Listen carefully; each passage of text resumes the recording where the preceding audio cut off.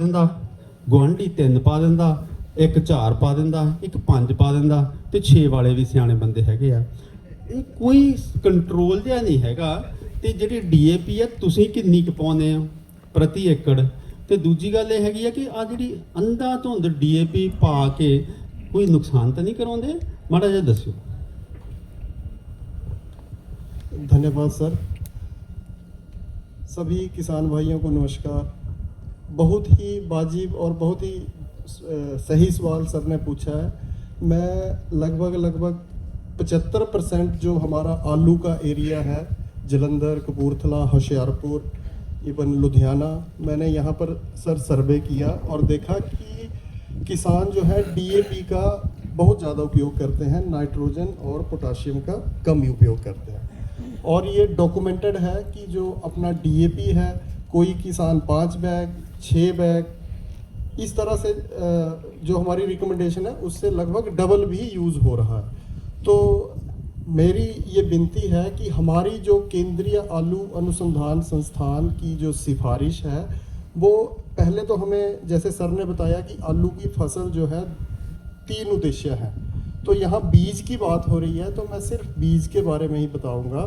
तो हमारी जो डीएपी की प्रति एकड़ मात्रा आलू बीज के लिए जो डलनी है वो 86 किलो प्रति एकड़ है।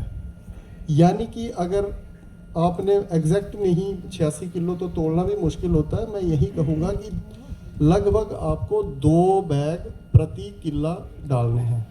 तो बहुत सारे किसान भाइयों को मैंने वॉलंटियर उनके खेतों में गया, जो 5 डालते थे, 6 डालते थे, 4 डालते थे, हमने उनको कहा कि हमारा भी प्रयोग लगभग सर एक खेत में कर लो, अपना भी देख लो।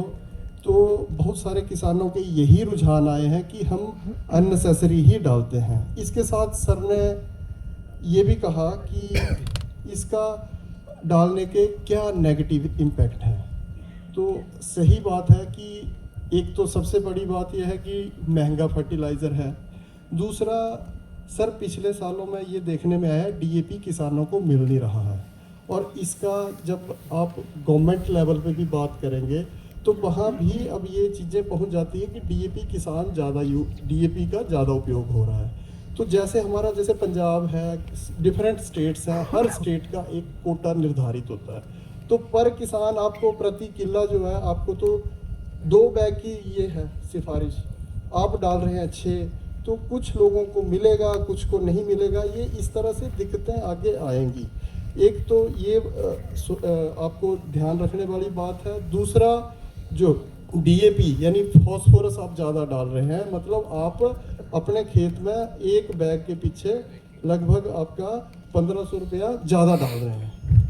तीसरी चीज़, जो आप फॉस्फोरस का अत्यधिक उपयोग करते हैं, ये फॉस्फोरस आपका खेत में पूरे का पूरा यूज़ नहीं होता है और ये वहाँ पर फिक्स हो जाता है, और अपने साथ ये जो है दूसरे जो हमारे उपयोगी पोषक तत्व हैं, उनकी जो ज़रूरत है उसकी उपलब्धता को कम करता है। जैसे कि आपका जिंक हो गया, आपका आयरन हो गया, इनकी उपलब्धता को कम करता है। इस मतलब मेरा बोलने का मतलब यह है कि फॉस्फोरस जो है कैल्शियम वगैरह के साथ मिलके एक फिक्स फॉर्म में हो जाता है, और उसको फिर बाद में अवेलेबल करवाना बहुत मुश्किल है, और आपके खेत में फिर रिस्पॉन्स जो है लगातार आपको डालने के बाद ही मिलेगा।